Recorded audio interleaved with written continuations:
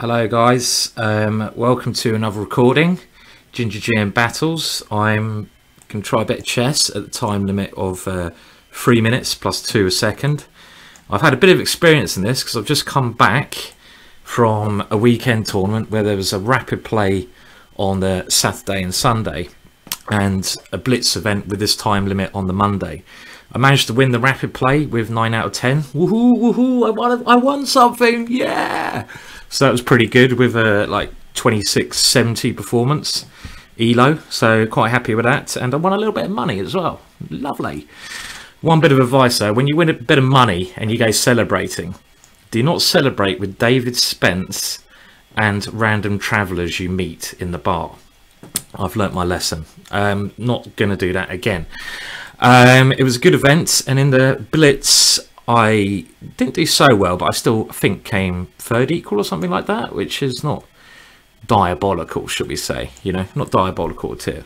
Well, this opening here is all in my French DVD, so if you want to learn about what I'm doing here, then you can purchase my DVD, 2 DVDs for digital download, and they're both about 8 hours long, so 16 hours in total. And in those DVDs, in one of the DVDs, I actually do look at this position quite deeply. So it's an interesting exchange sacrifice. And of course, when I'm recommending the DVDs, all the positions I'm trying to go for give you hacky chances. And you can see this is my aim here. Here comes the queen over to h5. Hack, hack, hack. Checkmate. Thank you very much. Now, I shouldn't actually be filming now. I did agree to go meet my parents for a spot of breakfast, very nice, in good old Surrey. But I went to start my new car, my lovely new car, which is this purchase I've just got, and I put my key in the ignition. You know, I was moaning about my car last time, and it didn't start. So I'm sitting here waiting for the breakdown cover to come out. It's what happens when you get a £200 car, I'm afraid. And just to see what happens. I mean, I might just give up on cars. I literally think I've just had enough of cars. Cars are just stupid, bloody things. And I've got to learn to walk again.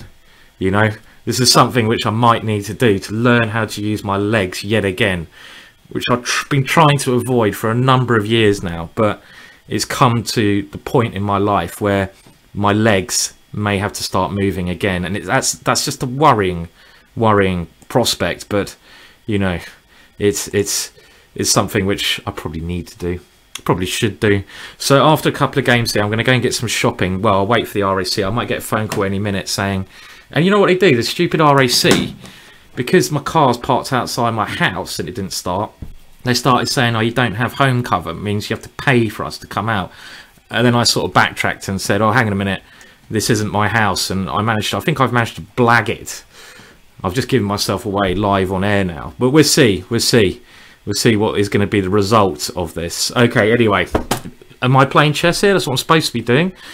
Right, so what is happening? Well, I thought I was doing well, but g3 is all right. He's very quick, this guy, isn't he? He's like a speedy man. If I take there, he takes for his queen. I can go for some kind of ending. Should be alright for me, but I kind of feel like I should be keeping the pieces on the board. Should I? I don't know. I mean, I'll probably...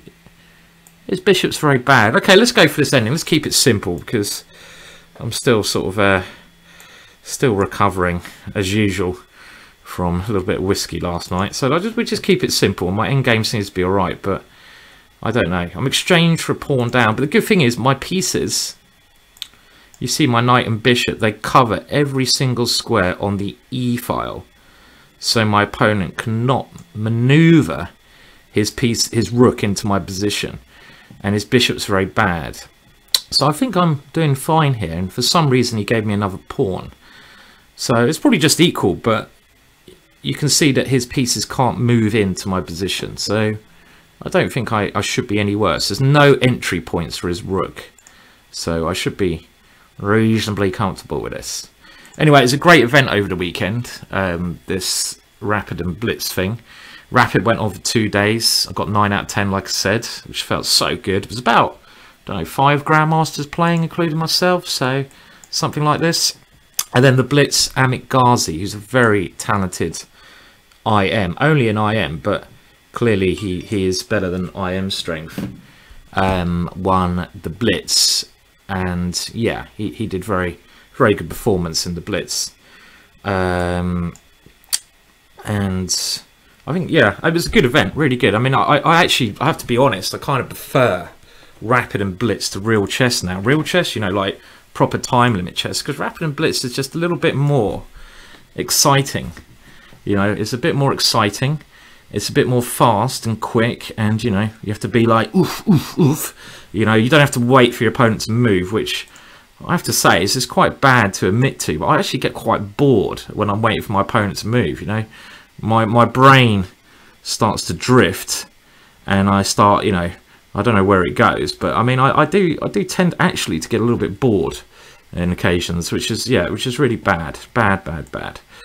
So I prefer Rapid and Blitz at the moment. It's probably all the practice I'm getting here with you guys. This has got to be helping me. I'd love to go and play the Rapid and Blitz World Championships. Obviously, I don't think I do very well, but you know, it'd be nice to go there and have a bit of rock and roll.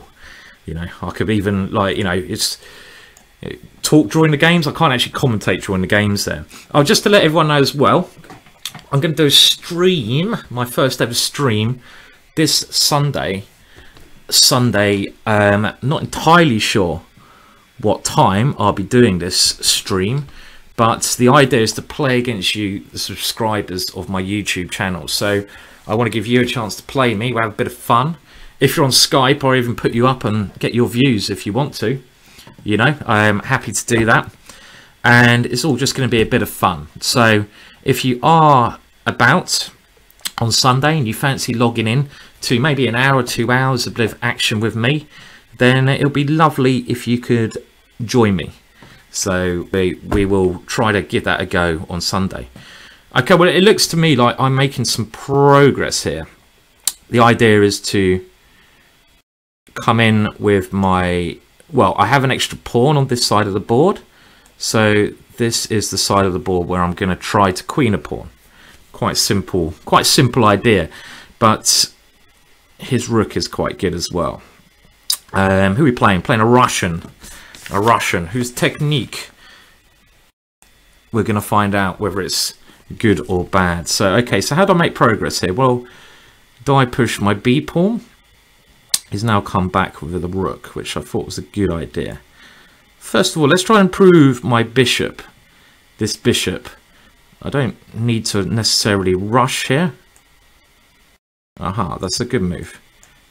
The problem is, if his rook ever finds a way in, I'm a bit worried about rook c1, you know, and rook c5. That's a bit of a concern. I've made my bishop quite a bad piece here. Where does this want to go? I probably want to give it potential to come to b5. So he's found this plan now, which I was a little bit worried about. If he comes into c5 in this position, this was a slight worry. And how do I make progress? Well, I'm not sure how I do make progress because my pieces are not ideally placed. In actual fact, you know, it's one of those positions where I have to be careful. I'm not going to end up in Zugzwang. I mean, I can move my bishop backwards and forwards, but clearly I can't win by playing this maneuver. Okay, let's hope he goes for the win. So this is my hope. Okay, now I'm going to try to take a risk and get my bishop to b5, and I've got to get these pawns going. Somehow I've ended up on the clock, which is quite surprising. Oh dear, I missed that one. My position's crumbling now. Crumbling, I'm afraid to say. Especially as now his rook has entered in my position. It was never that clear, this game, but I kind of feel that it's getting quite... Okay, well, I've still got my h-pawn and potential to get a pass pawn over here. So let's start by moving my h-pawn far up the board as I can go, because at least that might tie his rook down now. If I get my rook to h3, and then I can try to get a connected pass pawn on the other side of the board. So he's gone to grab this pawn. Not too concerned about this at the moment, because yeah, as soon as his rook is tied down to my h-pawn, now my king can hopefully come in. Actually, maybe this is it's potentially still winning for me. Somehow my endings seem to have all of a sudden got like a lot better. Don't ask me how. No idea. I have no idea what happened with my endings. I haven't really done anything. It's probably hanging around Keith Arkle. Anyone who knows Keith Arkle is an English GM, and he is renowned for his endgame brilliancy. He's nearly as good as Magnus Carlsen in the ending, if not better. I reckon Magnus has learnt his endings from the great Keith Arkle. Well, Keith would love it if he heard me say that. Okay, well, I want to just move my king and 2 pawns up together and not allow him, obviously, to take any of these pawns. If I can do this, then I just have to be a little bit of manoeuvring with my king. That was the wrong square. I'm going to come back to b5, and soon one of my pawns should be able to advance. Because his rook, where's his rook going to go? If it goes back, my d pawn goes up 1 square. If it goes here, then I can again push my d pawn on the next move, and we are making progress.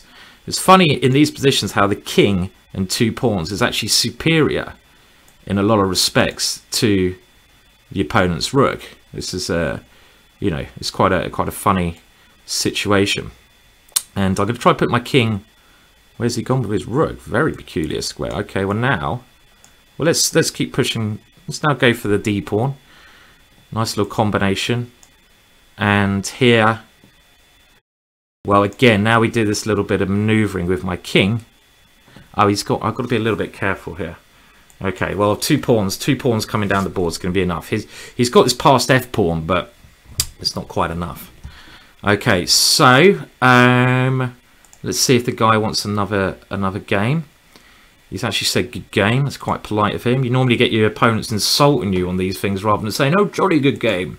Jolly good game. So we'll try another game now. Let's go for something a little bit more tactical. And we'll try to get my usual 3 games in. And then I've got to wait for the pick-up man. Go and get some breakfast on foot. God, what has life come to? GMs have to get their own breakfast. I bet Magnus doesn't have to get his own breakfast. Well, Magnus has obviously got his own cook, hasn't he? Rocking and rolling, cooking him up fish every day, fresh from the Arctic Circle, you know.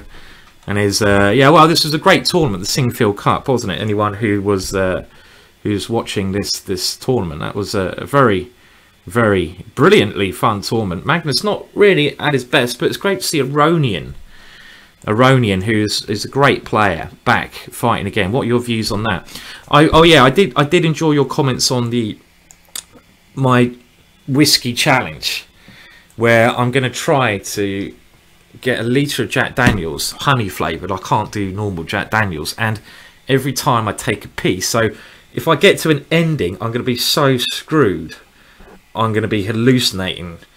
You know, I'm just going to lose the plot, because there'll be so many pieces that has to be exchanged if I get to an ending, that I'm really just going to go. I'm going to probably have to end up in hospital getting my stomach pumped. So my idea when I do this whiskey challenge, I'm going to do it on my stream day. So you've got to tune into the stream day to try and get a piece of this. Well, that's the idea. I might do it another day. Depends what you know. Also, the girlfriend's got planned, because let's be honest, if I'm completely slaughtered and I'm supposed to be taking her out for a Sunday roast, she's probably, well, there's no probably about it, but she will literally kill me. No offense to her, but I mean, that's understandable, you know. And if I want to keep things a little bit, you know, happier at home, I probably should consider what I'm doing later on that day before I go in down a bottle of Jack Daniels or whatever I got to do. So the idea, I mean, this bloody stupid idea, let's be honest. The idea is to play a game of chess, and it looks like loads of people want me to do this and die live on stream. That'd be a first. Might actually get some more viewers then, you know, if I do pass away live. But I won't be there to enjoy it. So I'll leave you with my legacy, my death legacy. It doesn't sound fun. The more I think about this, the more it doesn't sound fun. But okay, the idea is to do a first. Every time I take a piece, I've got to shot a honey Jack Daniels. So if I take like 5 pieces and get a quick checkmate, that's doable. But if the game goes to like, you know, 30 pieces swapped off the board, then my chances of dying are extremely high. And let's be honest, you know, this just sounds like a really shitty idea. But you know what they say? Sometimes the shittiest of ideas are the most entertaining. It's like I'm auditioning for a part on Jackass or something. And I'm a grandmaster. I mean, I'm probably going to lose loads of professional jobs from doing this as well. So, okay, you know, but it is an idea. And ideas, well, let's do it at some point. But I've got to get the timing right. I've got to make sure that later on that day I can either pass out for the next week, or you know, I haven't got a, you know, let's say I do actually teach in some schools, so it'd be pretty stupid to go and do this challenge and then pop into a school. I mean, that's got a rest written all over it. So yet again, the timing of this challenge is all or nothing, isn't it? Okay, right, anyway, back to this game. Now my opponent is playing some defensive but sensible moves. Now, should I whip off on this square? Should I take everything off here? Well, then it'd be 2 knights versus 2 bishops, so that's not something I really want to do here. And I've got an interestingly knight d4. That was my original thought. I've also got nearly a mating idea with knight 2 e4 takes, knight here check. Wow, that could be a piece of art on the board. King here. Oh, if king, oh, I mean, this could be bloody gorgeous. King here, knight here check. Is it mate? King here. I don't think it's mate, but you know what? Let's do it. Okay, I've got some genius-like idea here, which I kind of think probably doesn't work, and I can't calculate but the idea is king takes rook, knight to g5 check. Now, if he goes to d5, I have checkmate. If he goes to f5. I'm hoping I got knight h4 check. I don't know if you guys are following this. This is either going to be a piece of chess history, or it's going to be a piece of a blunder of a rook. And you know what? I can't. You know, they do say, oh, here we go. So my idea is here check. Let's see it. Is this beautiful, or is this the real thing? Is this the miracle? Easy come, easy go. Do, do, do, do, do. Okay, anyway, sorry. Right, well, my idea, I mean, this could be a piece of genius. Okay, is it going to be a piece of genius? Now, my idea is to go here and to checkmate the guy. Is it going to happen? Is this going to be my glorious moment? You know what? I think something is looking incredibly sexy on the board. Okay. If you'd taken that, I had bishop here, and that was my idea. Now, oh my god, I mean, I'm getting quite excited about my position. So h3 check, king takes knight. I think he might be running to the hills, the little bugger. King g4 is the move I missed. Well, do we have to give up another piece? Easy come, easy go. Takes check here, check. I can't see the mate here, and I've got 43 seconds.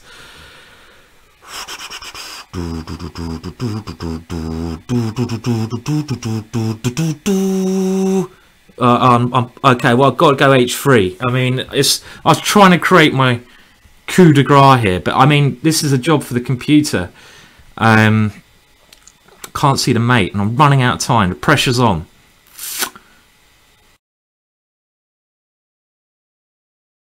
So close. So close.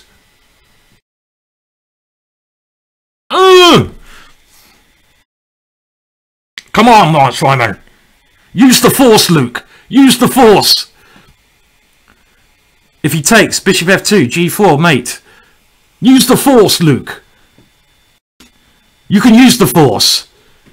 Come on, I want to create my masterpiece. Pawn takes bishop f2, g4. What is...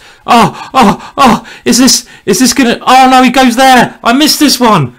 That's not using the force, Luke. Not using the force. You're not using the force, Luke. You're not. Well, there you go. I mean, I tried to create something a little bit special there, but in the end, it was only special for my opponent. So there we go. I think we should have a look at that rather than play another game, because that was some quite sexy stuff there. Let's have a look. Let's just go back, because that was nearly something beautiful. So I didn't have to go crazy, and in this position I just saw this beautiful idea of going here. Let's just analyze this one, and this is one position where it might actually be useful to whack on the computer, but to be honest, I've no frigging idea how to do that, so it's not going to happen. Okay, but maybe you guys, that could be your challenge. Maybe rather than me telling the answer, maybe you can, this is your little challenge. So in this position, I went for this king hunt, and now the idea is if king d5, I saw that rook d1 is quite a nice checkmate. And if king to f5, well, this knight h4 check, I calculated here that if he takes on f4, I've now got bishop to c1 check, king here, and I'm trying to create, look at this, pawn here check, and now something like king takes h4, knight to f3 check, king to h5, g4 checkmate. And that's a position where, you know what, that's a gravestone position. That's one that you get itched on your gravestone, don't you, son? Don't you?